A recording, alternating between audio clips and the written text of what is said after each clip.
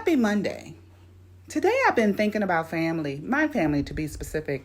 The scripture Psalm 68, 4 through 6 is what I wanted to share today because verse 6 specifically reminds me of us, my family. When it comes to the acceptance of people and being there for people, that's us. It starts by saying, verse 4, sing praises to God and to his name. Sing loud praises to him who rides the clouds. His name is the Lord. Rejoice in his presence. Father to the fatherless, defender of widows. This is God, whose dwelling is holy.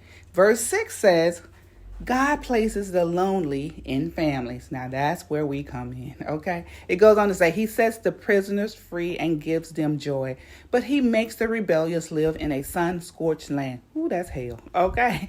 That's the INLT version. Now, speaking of placing the lonely in family, when I moved to Texas in 2006, the Williams Fuller family took me in as their own. I knew not a soul, okay, when I moved there. But they took me in there, into their hearts and into their arms and into their family and just made me feel so welcomed. And we are still family to this day, okay?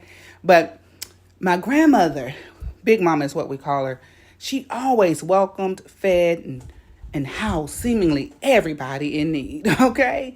Even when it looked like we barely had enough for us, she made it work. She taught us to love everybody. Don't get me wrong, even though we move in love, we have our issues too. I guess what I'm trying to say is that God made our hearts receptive to the lonely, the brokenhearted, the hungry, and the downtrodden.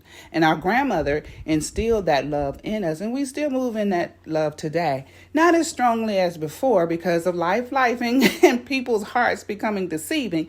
We may move a little bit more cautiously now, but we still move.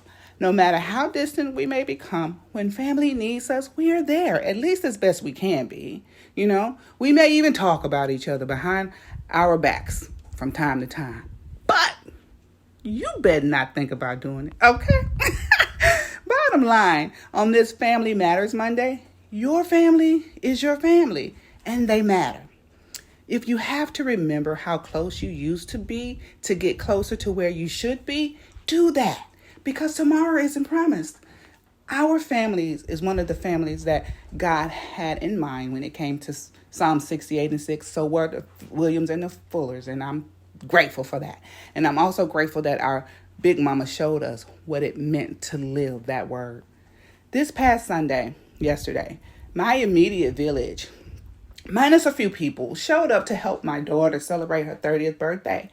We were all charged to dress up as a version of her, and everyone understood the assignment. They not only put a smile on her face, but they made her heart smile. It still radiates today. You hear me? I'm so thankful for my family. They matter to me and I matter to them. Know that family matters even when it feels like you don't.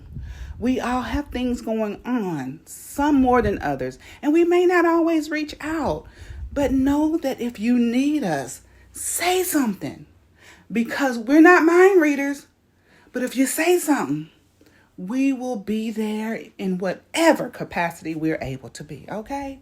That's what families do. Well, that's what families should do. So, say something, know that you matter, and be motivated. Birthday shout outs. Happiest birthday today to my beautiful Aunt Ann, November 20th. Hey, Auntie. Love you much. Have a Monday that matters, guys.